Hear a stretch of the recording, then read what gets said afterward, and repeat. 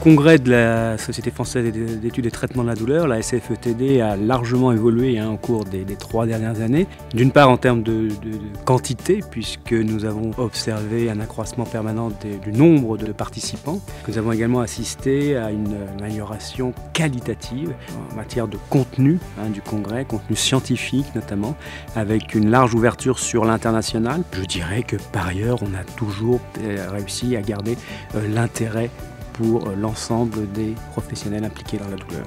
Le congrès, c'est le moment important de l'année. Pour ma pratique, pour mes connaissances personnellement en tant qu'infirmière douleur. Écoutez, c'est un événement important parce que la douleur est un problème complexe. C'est-à-dire qu'on pense savoir comment la traiter. Quand c'est une douleur aiguë, quand quelqu'un se blesse, se fracture la jambe par exemple, on a d'assez bonnes idées comment traiter.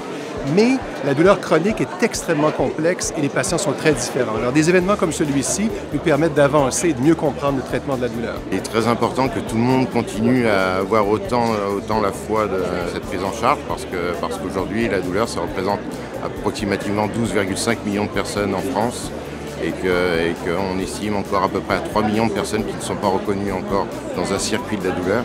Donc c'est l'utilité, en sachant qu'en même temps on a une population qui est vieillissante et que la douleur va devenir certainement un intérêt numéro 1 en France. Je crois qu'il y a 2 points forts sur lesquels il faut insister.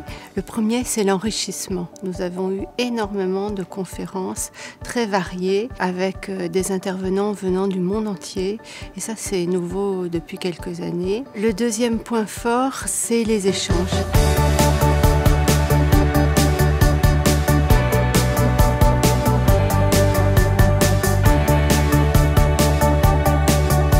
Nos objectifs donc vont être de maintenir cette qualité scientifique, cette diversité professionnelle et cette diversité aussi de courants qui empruntent autant à la philosophie qu'à l'éthique, qu'aux soins et qu'à la science. Donc c'est vraiment pour moi le point de rencontre. Partage, richesse, intérêt du patient, nouvelle technicité, ouverture sur d'autres disciplines, enrichissement, diversité et transversalité. Être présent pour le patient. Et je crois que c'est l'occasion la plus belle de l'année. Donc vous êtes bienvenus au prochain congrès à Toulouse.